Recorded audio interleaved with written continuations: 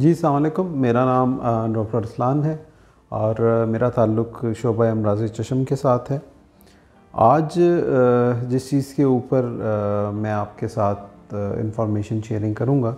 वो एक बहुत कॉमन प्रॉब्लम है या एक कॉमन चीज़ है, जिसमें से हमारी एक बहुत बड़ी पॉपुलेशन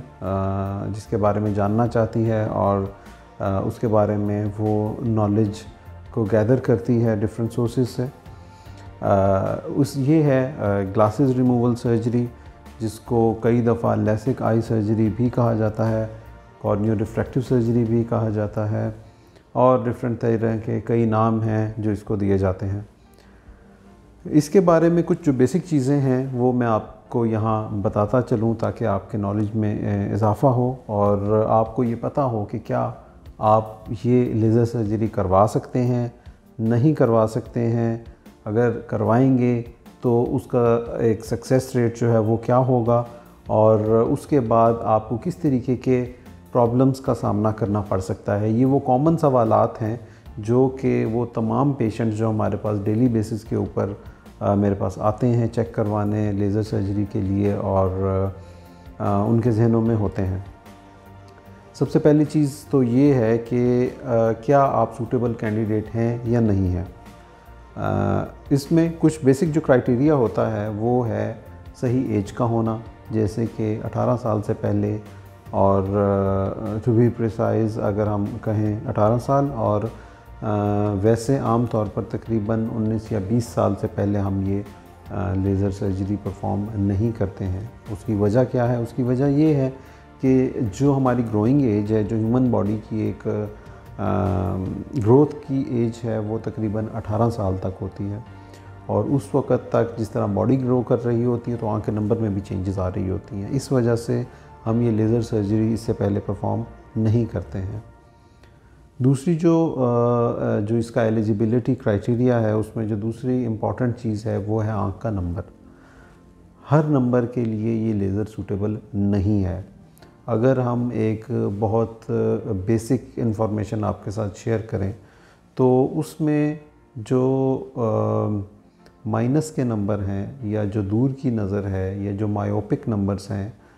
उनके लिए ये लेज़र ज़्यादा सूटेबल है एज़ कम्पेयर टू जो प्लस के नंबर हैं या जो हाइपरमेट्रोपिक नंबर्स होते हैं।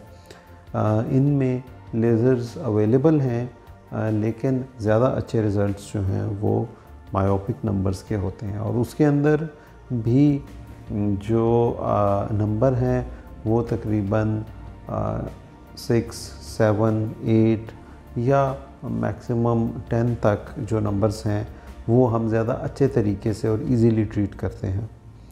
इसके अलावा जो एस्टिग्मेटिक नंबर्स होते हैं, या अक्सर लोग जिनको ये प्रॉब्लम है वो जानते भी होंगे कि जो एंगल वाला नंबर जिसको कहा जाता है या एस्टिग्मेटिक नंबर कहा जाता है या सिलेंड्रिकल नंबर कहा जाता है, उसमें भी एक ख़ास रेंज है जिसको हम लेज़र के ज़रिए ट्रीट करते हैं। इसके अलावा जो एलिजिबिलिटी क्राइटेरिया है उसमें ये चीज़ बहुत ज़रूरी है कि आँख में किसी किस्म का और कोई प्रॉब्लम ना हो, चाहे उसका ताल्लुक़ आँख में एलर्जीज़ की मौजूदगी के साथ है या पर्दे की कोई बीमारी है या जिस्म की कई ऐसी बीमारियां हैं जो कि आँख में कई ऐसे प्रॉब्लम पैदा करती हैं जो कि कॉन्ट्राइंडिकेशन हैं या एक नेगेटिव इम्पैक्ट क्रिएट करते हैं जिस वक्त अगर आँख को हम लेज़र सर्जरी में से गुजारेंगे। जिस तरह अगर किसी को जोड़ों का कोई मसला है या रूमेटॉइड आर्थराइटिस वगैरह का कोई प्रॉब्लम है और आँख में ऑलरेडी ड्राइनेस मौजूद है, तो ऐसे पेशेंट्स के अंदर हम लेज़र सर्जरी नहीं करते हैं। या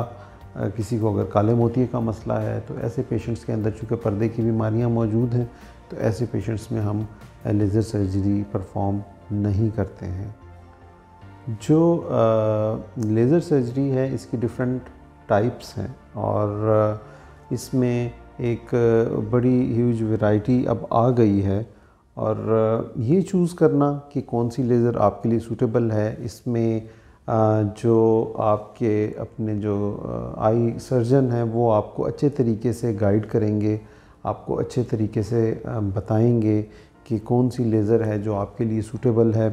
और किस लेज़र को करवाने से आप आँख की जो नज़र है या ऐनक है उससे छुटकारा हासिल कर सकते हैं। जो नॉर्मल टर्म्स हैं वो PRK है, ट्रांस PRK है, सिंपल लैसिक है, फैम्टोलैसिक है, स्माइल सर्जरी है और इस तरह की कई और लेज़र्स हैं जो मौजूद हैं और डिफरेंट तरीके से ये लेज़र्स परफॉर्म की जाती हैं। इनमें छोटे छोटे फ़र्क हैं जो कि आँख की नंबर के हिसाब से या जो प्रोसेस हम कर रहे हैं उसके हिसाब से उनमें फ़र्क है और जो भी लेज़र आप चूज़ करेंगे या सूटेबल होगी आपकी आँख के लिए वो आपके सर्जन आपको अच्छे तरीके से एक्सप्लेन करेंगे ताकि आपको आसानी हो ये चूज़ करने में कि आप कौन सी लेज़र करवा रहे हैं। रिज़ल्ट्स के हिसाब से अगर देखा जाए तो जो लैसिक सर्जरीज़ हैं और ख़ास तौर पे जो फेम्टोलैसिक सर्जरी है आम तौर पे वो एक कामयाब टेक्निक है जो बहुत थोड़े अरसे के अंदर या 1-2 दिन के अंदर आपकी आँख की नज़र को बहुत बेहतर बना देती है और तकरीबन आप 90 to 100% करेक्शन हासिल कर लेते हैं अपने ग्लासेस के लिए। जो कुछ बेसिक से सवालात हैं जो हमारे तमाम पेशेंट्स हमसे पूछते हैं उसमें सबसे इम्पॉर्टेंट तो ये है कि क्या उनकी नज़र कम्प्लीटली बहाल हो जाएगी।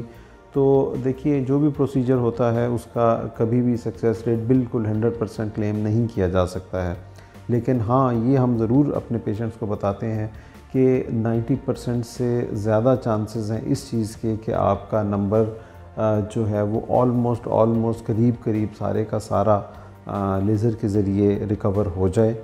और इसमें कुछ छोटी मोटी कमी बेशी भी रह सकती है, लेकिन आम तौर पर वो ऐसी नहीं होती कि वो आपको रूटीन में डिस्टर्ब करे और आपकी रूटीन को विज़न के हवाले से उसमें कोई प्रॉब्लम क्रिएट करे।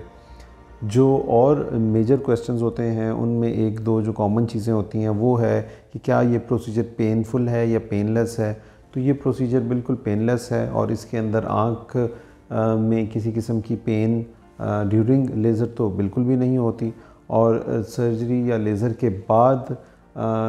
कुछ प्रोसीजर्स ऐसे हैं जैसे PRK वगैरह है उसमें आँख में इरिटेशन और पेन रहती है, लेकिन आम तौर पे जो लैसिक या फेम्टोलैसिक सर्जरीज़ हैं इसमें पेन नहीं होती है। इसके अलावा एक और बहुत कॉमन क्वेश्चन जो हमसे किया जाता है डेली बेसिस के ऊपर हमारे पेशेंट्स हमसे पूछते हैं वो ये है कि इस जो लेज़र सर्जरी है इसके बाद वो नॉर्मल रूटीन में कब वापस आएंगे। तो ये भी डिपेंड करता है प्रोसीजर के ऊपर। जो फेम्टोलैसिक है उसमें आप चंद दिनों के अंदर अपनी तमाम रूटीन बड़ा इजीली जो है वो परफॉर्म कर सकते हैं और जो PRKs हैं उसमें कुछ ज़्यादा ड्यूरेशन चाहिए होता है, 1 हफ़्ता तक तकरीबन लग सकता है आपको अपनी नॉर्मल रूटीन को बहाल करने में। इसके अलावा एक मिसकॉन्सेप्शन भी है जिसका मैं यहाँ ज़िक्र करता चलूँ वो ये है कि ये बेसिकली ये कोई सर्जरी नहीं है, ये लेज़र है और आँख के अंदर किसी किस्म का लेंस या कोई और चीज़ आँख के अंदर इम्प्लांट नहीं की जाती है। बहुत से लोग हमसे ये सवाल करते हैं कि इस लेज़र के बाद क्या आँख में कोई लेंस लगाया जाएगा, तो ऐसा नहीं है बिल्कुल भी। ये लेज़र बिल्कुल आँख में कोई फ़िज़िकल चेंज नहीं लेके आती है या कोई फ़िज़िकल चीज़ आँख के अंदर नहीं डाली जाती है, बल्कि आँख की बनावट को लेज़र के ज़रिए थोड़ा सा चेंज किया जाता है जिसकी वजह से वो नंबर जो आपकी आँख के अंदर ग्लासेस की मौजूदगी का सबब है उसको रिमूव किया जाता है। जो एक आखिरी चीज़ मैं यहाँ मेंशन करना चाहूँगा वो ये है कि ये जो लेज़र्स हैं ये जनरली बहुत सेफ़ हैं और एक जो क्वेश्चन हमसे बार बार किया जाता है कि क्या इस लेज़र से आँख को कोई डैमेज तो नहीं हो सकता है या आँख की नज़र या बीनाई मुतासिर तो नहीं हो सकती है। तो अगर आप अच्छे सर्जन से सेफ़ हैंड्स के अंदर ये सर्जरी करवा रहे हैं या ये लेज़र करवा रहे हैं और अच्छी जगह के ऊपर अच्छी जगह का इंतखाब करते हैं इस लेज़र को करवाने के लिए, तो इंशाअल्लाह इसके अंदर किसी किस्म की परेशानी की बात नहीं है। इस हवाले से आप बिल्कुल तसल्ली रखिए, ये लेज़र मुकम्मल तौर पर आँख की सेफ्टी के हिसाब से सेफ़ है, बिल्कुल इसमें किसी किस्म की परेशानी और घबराने की कोई बात नहीं है। लेज़र के बाद जो पोस्ट लेज़र जो चीज़ें हैं कुछ तो मेडिसिन है या और आम तौर पे वो ड्रॉप्स ही होते हैं जो आपको 1 से 2 महीने तक इस्तेमाल करने पड़ सकते हैं। और इसके अलावा जो मेन चीज़ हमसे पूछी जाती है वो है इसके साइड इफ़ेक्ट। जनरली ये सक्सेसफुल लेज़र्स हैं और इनमें लॉन्ग टर्म के हिसाब से कोई मेजर साइड इफ़ेक्ट नहीं होते हैं।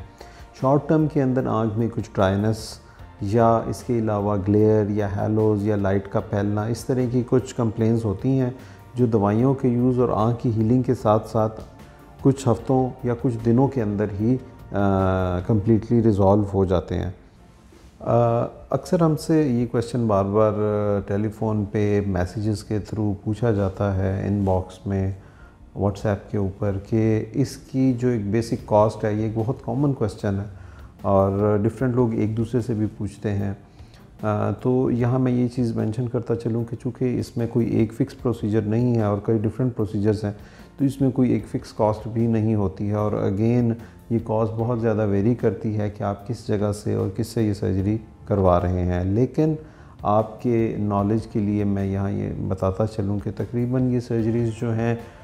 50,000 पाकिस्तानी रुपीज़ से स्टार्ट होकर ऑलमोस्ट 150 टू 200,000 पाकिस्तानी रुपीज़ तक रेंज करती हैं।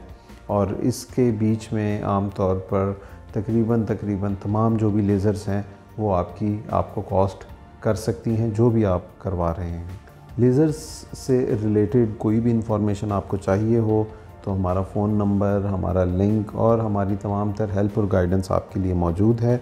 और आप इस पे हमसे रब्ता करके अपने जो भी सवालात और क्वेरीज़ हैं वो हमसे पूछ सकते हैं।